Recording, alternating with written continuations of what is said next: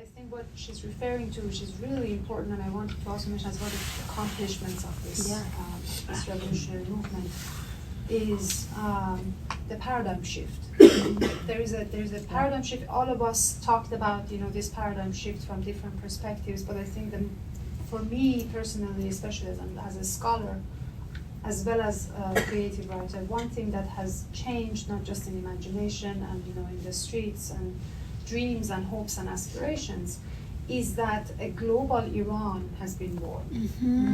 This is a moment of a global intersectional movement that has generated a discourse that is that this is not just about me and you and us as citizens of the world. This is about a collective future that we are building together.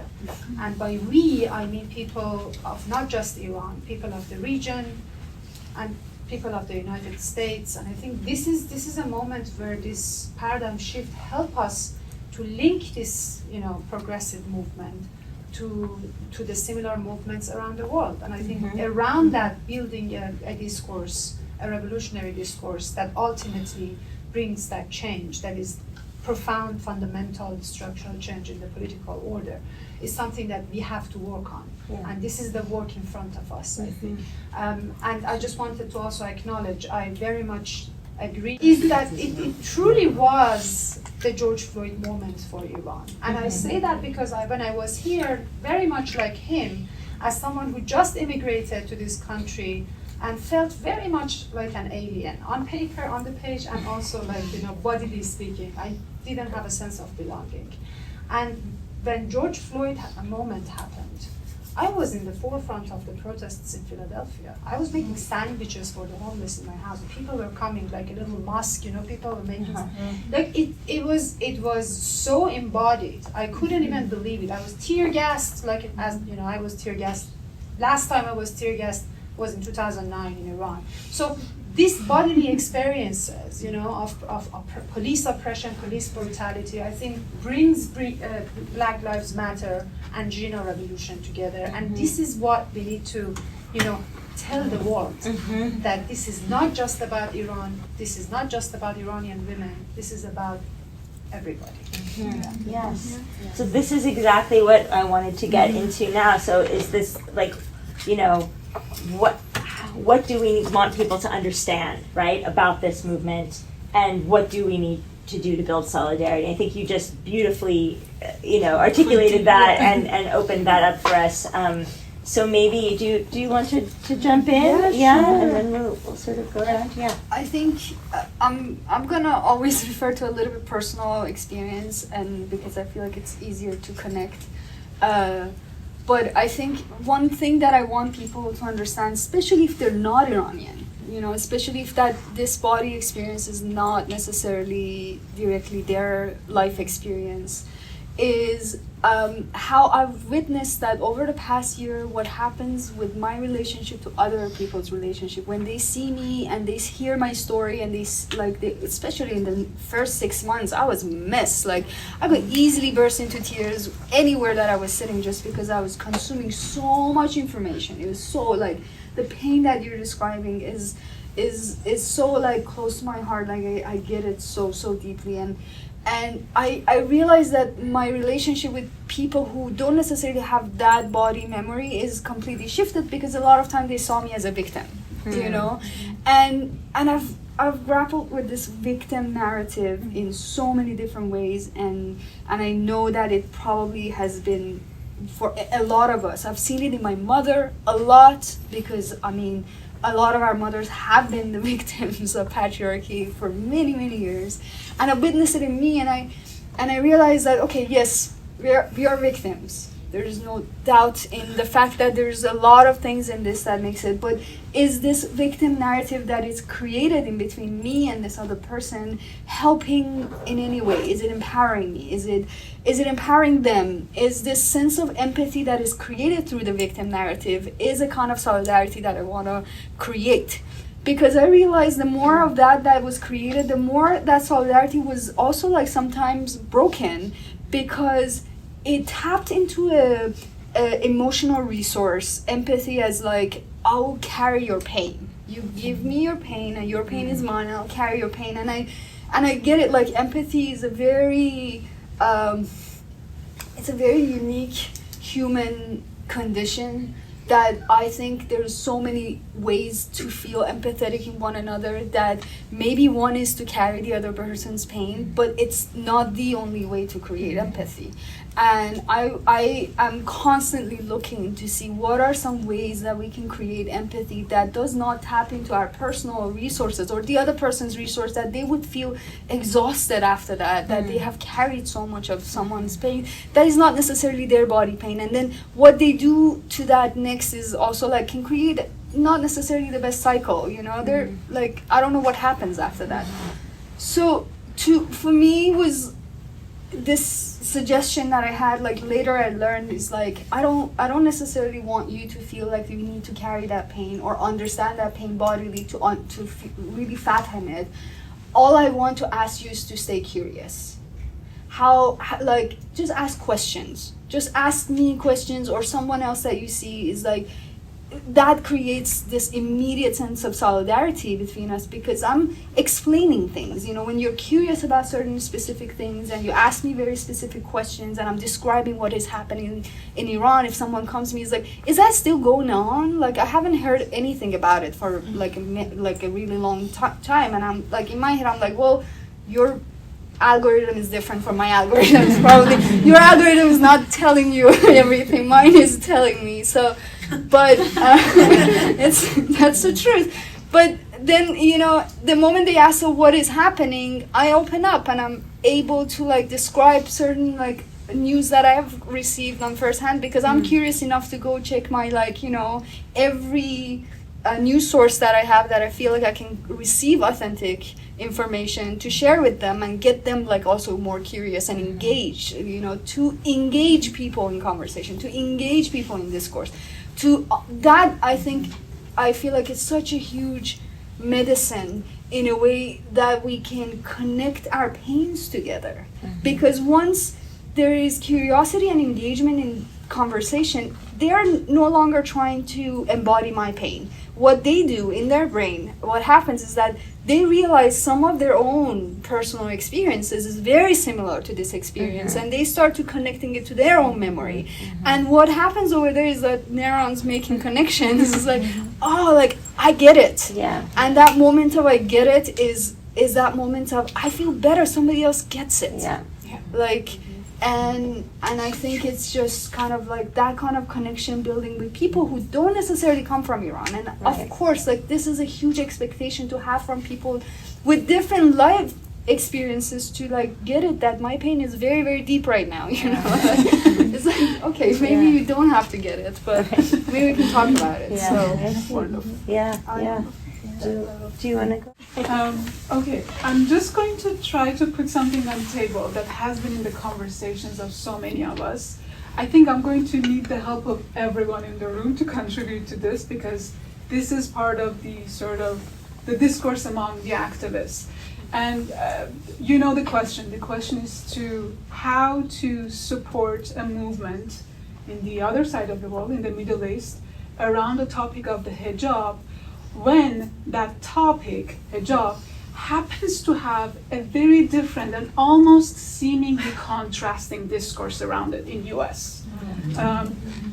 Which is, I'm glad I finished your question. You're going to kill us with this. Yeah, exactly. You brought the elephant. The elephant. Let's talk about the elephant in the room. And just as an introduction, and again, I need the help of everyone, and I'm just going to stay back after posing the question. No, you can do that. You know the question, you know the dynamic around it. We are in the location of the empire, and this empire has the history of abusing feminism as a way to support interventionist policies, as a way to basically propel wars. And one of the objects that has been used to justify those interventions has been hijab, especially when it comes to the Middle East. The saying is that these women, well, look at them visually, at that stage object of the hijab operates in a very specific way. look at these women, they need to be emancipated. And now we're going to use the trope of the white man who goes to this land and emancipate the woman. I hate myself for saying these words, but this is the narrative that we've all come across. And it's not a narrative that only finds its home in the pop culture. It is actually something that operates in the way that foreign policy is decided in this country. We've seen the manifestations of it in the last 25 years at least, with the wars that have happened. And then at the same time, with that context in the background, we as feminists in the US want to support people who want to choose hijab as a way of clothing. And of course, we want to also complicate this idea of what hijab is, because it means different things to different people. And let's not get there, because we will have to be here all night to just think about that. But then at the same time, we activists from Iran in the diaspora are also grappling by something that, yes, seemingly it's contrasting, because it's as if on the other side of the world, people are saying no to hijab, and they are in some way, but with this one important adjective to the hijab: compulsory hijab. There's I think in the whole scene of the Jina Revolution, a very clear sense that nobody is saying hijab is bad or forbidden as a whole thing. It was very consciously avoided to put hijab in this conversation between the West and the global South and the secularism and the religious choice, all that. The focus was on choice. Women, or anyone in that matter, people have to have the choice to put the clothing that they want on their body. And in that sense, I actually feel what is happening in Iran is very, very similar to what happens here in the US around the topic of abortion. The sense that nobody is saying abortion is good or bad. We just want to focus on the fact that it should stay a choice. That puts, I think, all of us in a very curious position when we want to talk about what happens in Iran, outside Iran, especially in the US. And I also think it puts lots of leftist feminists and progressive feminists in this country in a very curious position. How to talk about hijab and support these women on the other side of the world, while also not in any way change the meaning of hijab or try to say hijab is bad. I mean, within the sentence, you have to open 5 other sentences in order to make sure the conclusion is not going to be something that can be played by the hands of a conservative sitting in a Fox News channel. Right. I think it's schizophrenic. I have to think about all these thoughts at the same time. And just as a suggestion, it's just a suggestion because it's a very, very fraught topic. I do think that maybe for some of us who have been grappling with this, maybe focusing on the notion of choice as a way to sort of ignite the imagination of US-based feminists is a route to get in and is a route to make that solidarity that we want to make, and not allow hijab, something that we want to have as a choice for ourselves, to have it or not to have it, be played and sort of get lost in this politics of US versus the rest of the world, US specifically with regard to Iran. Because I think what happens now when we don't think about and talk about hijab in the way that we think we should do is that yet again we lose the possibility, the opportunity for a true international feminist solidarity because of what men are saying at those big rooms in White House or in Congress. Yet again, we have to stay silent because we're afraid of how these words will be used by people who are at the center of power. And I think there's a cost. That's a cost. And I think it's a cost that we have to avoid. Even if we make a mistake in framing what we are trying to say, I think all of us should make the effort to make those bridges and create the space of solidarity, although we are trying to make solidarity between 2 spaces, 2 geographies, 2 histories that are, especially at this moment, seem to be at this sort of, seemingly at this contrasting moment, which I think it's not. It's about choice. Thank you so much. So glad you brought that in. And I think this whole year has among other things, been a reckoning with that problematic, right? It's So been much. it's been a Yeah. reckoning and So important. offered us other ways of Yeah. thinking, right, and other Yeah. possibilities of solidarity and connection. Exactly. So many ways. So, Bahjan, do you want to jump in? Just yeah. Just maybe really Yeah. quickly, just to refer to what you just you already talked about in terms of like the complexities surrounding Yeah. hijab, especially given the fact that we are living in the U.S. where Islamophobia is real, anti-Muslim racism is real, and we have to take those like discourses into account. Seriously. Like these are serious, and they have had like physical violence and Yeah. violence on people's bodies. So we have to acknowledge that. And I think in order to like maybe build and attempt to sustain patient solidarities, maybe I think this is just a suggestion that I've been like something that I've been like thinking about for a long time, that we need to engage in conversations with the feminist movements in the Middle East, who have been also affected by the issue of hijab and by authoritarian governments at the same time. Because something that was really surprising for me over the past year, and correct me if I'm wrong, was the fact that not many feminist movements in the region supported what was happening in Iran. And they have not supported. And that's the question there. So we have to like build those bridges with Islamic feminists, with secular feminists, with radical feminists, progressive feminists, leftist feminists, all those movements, like more radical or less radical, that actually exist in the context of Middle East.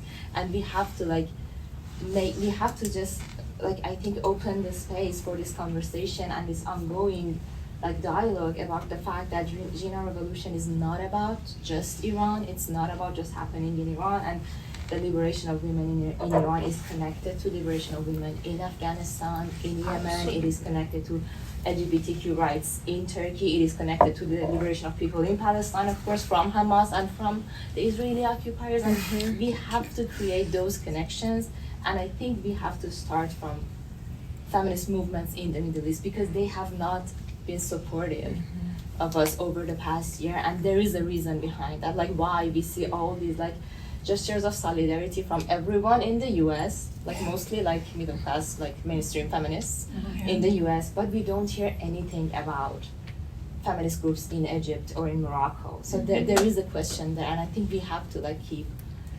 wrestling with these questions, or just grappling with them, and open spaces for ongoing dialogue between these flows of feminism in the region first. Absolutely. And we're going to move into our last question, but I just wanted to add that I think that one of the paradigm shifts that's going on is the possibility of Iran not signifying the Islamic Republic, right? But Iran being resistance, popular uprising, a new kind of feminism, right? And that's the Iran that could be the global Iran, right? And exactly, and just to add to that, I think this is so important because of how related it is to what Kinia and Bahar said, and also you. I think it's also speaking of paradigm shift, it's also a shift in the colonial power, and we need to rethink and revise our definitions of colonial powers. I think this East versus West and this binary, I think that the true spirit of this revolutionary movement is its non-binary logic. And it breaks away from all the binary logics, including the East versus West, and the empire and the colonial power being merely the United States. I think we have to recognize the Islamic Republic as a colonial power that is colonizing the bodies of women and girls and the marginalized bodies and marginalized bodies. And until we don't do that, and until the resistance movements in the region don't recognize that and don't acknowledge that, there is no way for us to be able to bridge between, for example, the Palestinian resistance and the feminist movement. And we're not just talking about the feminist movements, but even I think all the the global South anti-colonial movements. This is by default and in its true sense an anti-colonial movement, and I think that aspect has to be recognized, not just by us but also by the world. Absolutely.